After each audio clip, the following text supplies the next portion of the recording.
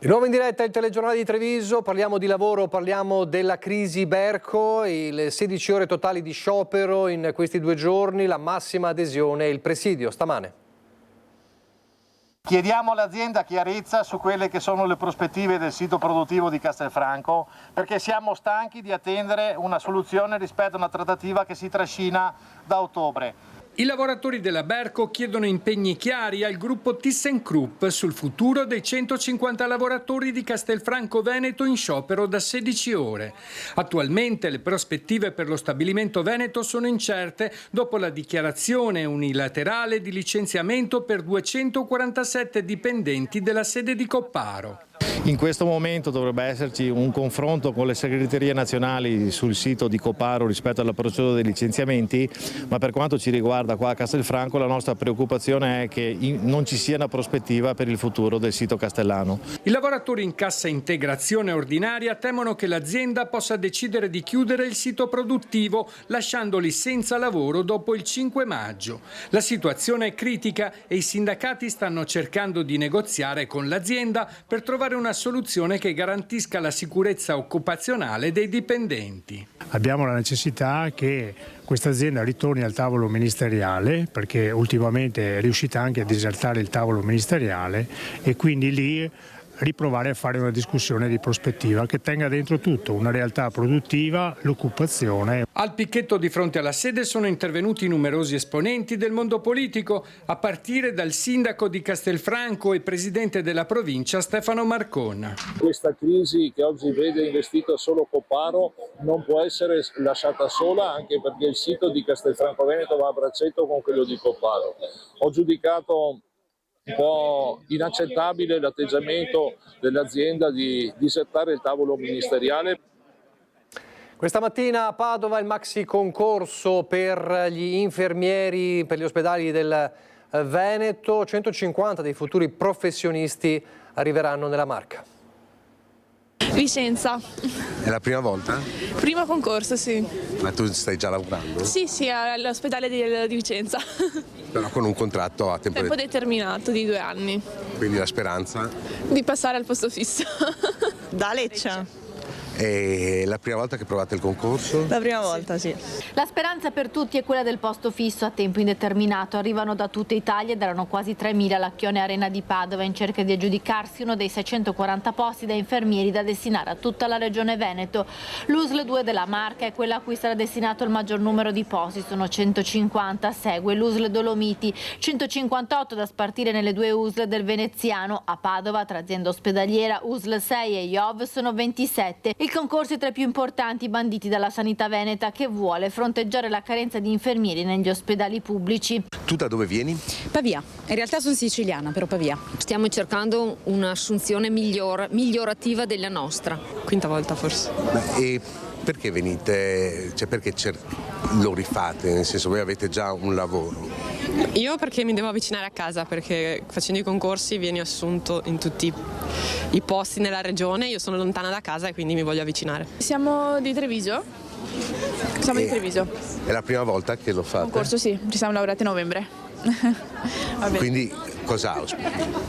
Non lo so per adesso, in teoria dovrei mantenere lo stesso reparto, io ho già iniziato, quindi almeno sperare l'indeterminato. Primo concorso. Lei da dove viene? Da Castelfranco Veneto.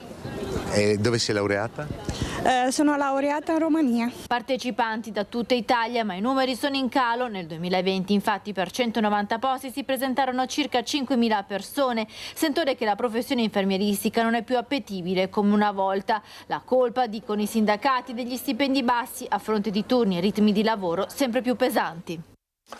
Cambiamo argomento, domani alle 11:30 al Teatro del Monaco Marco Goldin svelerà la mostra evento che segna il ritorno a Treviso. Sentiamo cosa ha detto oggi in diretta nella nostra prima edizione. Assieme alla mia società Linea d'Ombra ritorniamo per la 3ª volta a fare delle mostre internazionali a Treviso. Marco Goldin torna a Treviso con una grande mostra a Santa Caterina. I dettagli, anticipati da scorci di famosi dipinti di Gauguin, Monet e Degas, apparsi in una misteriosa promozione sui quotidiani locali, verranno svelati al Teatro del Monaco in una conferenza stampa evento aperta al pubblico. Non possiamo svelare più di tanto, chiaramente può essere facilmente intuibile, dato che il mio campo d'azione dal punto di vista dello studio è l'Ottocento e il Novecento, può essere magari intuibile che questo resterà anche in questa circostanza appunto il termine cronologico entro cui mi muoverò. Ma non di solo impressionismo si occuperà la mostra, anche se a Treviso nessuno può dimenticare le strepitose stagioni a cavallo degli anni 2000, quando grazie al connubio con Fondazione Cassamarca e l'allora presidente Dino De Poli, Goldin e le sue mostre diventarono il volano che diede una visibilità mai conosciuta prima al capoluogo della Marca, come senza precedenti fu l'indotto sulle attività economiche della città. All'epoca Treviso esplose letteralmente non soltanto a livello nazionale ma anche a livello internazionale. Un paio di quelle mostre si classificarono nella cosiddetta, usiamo questo linguaggio, top 10 delle mostre più visitate al mondo. Fummo per direi 4 anni consecutivi la mostra più visitata in Italia, e tutto questo in una città di poco più di 80.000 abitanti, quindi venne fuori un vero e proprio caso internazionale. Sono stato invitato, ricordo, a parlare anche in un grande convegno al Louvre proprio del caso Treviso. Un ritorno molto atteso, dunque, preceduto dopo quegli anni d'oro da 2 esposizioni durante l'amministrazione di Giovanni Manildo. Nel 2016 la mostra per i 20 anni di Linea d'Ombra, nel 2018 quella dedicata alla scultura di Rodin, poi il gelo con la prima amministrazione Conte, che fece scelte culturali diverse. Ora il riavvicinamento. Per fare gli accordi bisogna sempre essere in 2, chiaramente, quindi c'è stato un po' un viaggio fatto assieme al sindaco di Treviso, Mario Conte, con cui ci siamo riavvicinati, i rapporti sono tornati a essere sereni, costruttivi. Devo dire che nella vita sempre mi piace pensare che le cose che in un qualche momento possano anche così collidere, ad un certo momento possano anche cambiare assolutamente. E quindi c'è questa idea di lavorare, di tornare a lavorare a Treviso. Con questa amministrazione non mi era mai capitato di lavorare, e devo dire che siamo arrivati a stringere un accordo che domani presenteremo e che mi sembra, credo, particolarmente interessante nuovamente per la città. Ecco allora la mostra che tra fine 2025 e inizio 26 verrà allestita nel Museo di Santa Caterina. Una mostra che, come piace a me, è un vero e proprio viaggio, un racconto. Mi piace tantissimo, è per questo che ho cominciato a fare anche teatro, mi piace tantissimo raccontare la pittura, raccontare delle storie all'interno della pittura, e quindi non dico usare i pittori, i quadri come mezzo e come veicolo, però insomma immergermi e far immergere tutte le persone che sono con me a teatro oppure che vedranno le mostre nello stesso mondo in cui io stesso mi trovo a immergermi.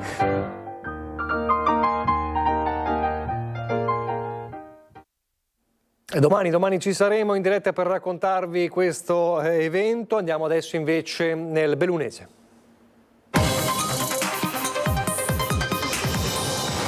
E proprio a Belluno saranno celebrati i funerali della piccola Afra, la bimba di 4 anni morta nella tragedia del Fadalto, attesa ancora per la data perché si attende il nulla osta della magistratura e intanto resta il fiato sospeso per i feriti in ospedale. Le tapparelle ancora abbassate, le biciclettine che fino a lunedì giacevano a terra pronte per essere nuovamente inforcate sono state sistemate in ordine, una a poca distanza dall'altra. Il silenzio pervade ogni centimetro del cortile dove il vociare dei bambini di Mavis e William Occhiere era familiare e faceva compagnia. Il lutto ha segnato il quartiere di Levego a Belluno. Si piange la morte di Afra, la piccola di casa, intelligente, bella come una bambola, e si fatica ad andare avanti. William Occhiere risponde con un filo di voce al telefono. Anche oggi il bollettino medico dei figli ricoverati al Cafoncello di Treviso è pesante. Mia moglie sta bene, adesso siamo in pronto super controllo. C'è un'altra animazione, quello più grande. Sì. Quello di 9 anni sono in pediatra, quello di 7 anni sono in terapia intensiva. Dall'ULSS 2 l'ultimo aggiornamento è del primo pomeriggio. La bimba di 9 anni è uscita dalla prognosi riservata ed è ricoverata in ambiente non intensivo. Il bimbo di 6 è stabile, ma la prognosi resta riservata e il ricovero prosegue in terapia intensiva. La maggiore, di 23 anni, è in prognosi riservata ed è ricoverata in area chirurgica. Si attende il nulla osta della magistratura per la restituzione della salma della piccola Afra alla famiglia. Quindi il funerale lo farete qui a Belluno? Sì, noi siamo già contattati con un'agenzia di funerali a Belluno. La fede non vacilla, sorregge la famiglia Occhiere. Papà William è vicepastore della Chiesa evangelica.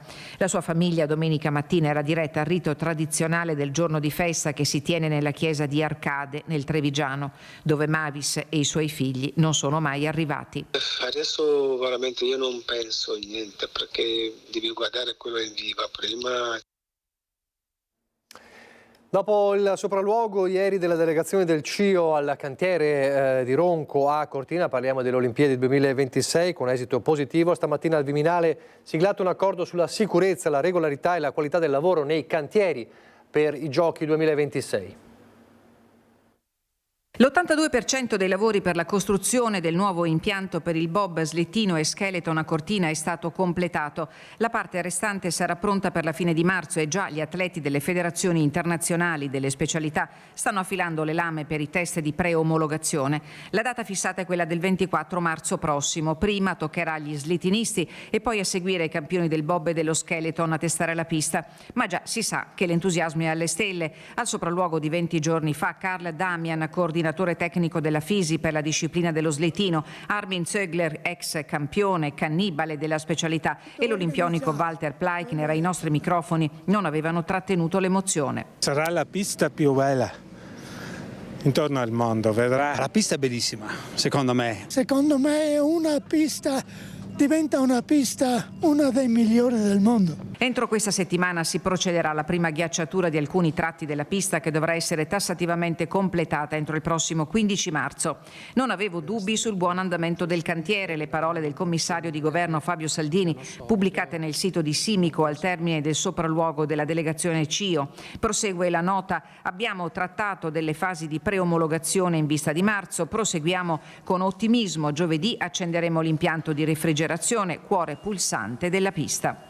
Accantonati ma solo temporaneamente i patemi d'animo causati dal presunto sabotaggio durante la prima serata di giovedì scorso, oggi è stato il tema della sicurezza, regolarità e qualità del lavoro nei cantieri delle opere e delle infrastrutture legate ai Giochi 2026 al centro di una intesa sottoscritta al Viminale, perché pare di capire che il rischio di situazioni di opacità e illiceità continuino ad essere dietro l'angolo e per la capo del gabinetto del Viminale, prefetta Maria Teresa Sempreviva, è necessario affrontare eventi così importanti come le Olimpiadi Milano-Cortina con i giusti anticorpi.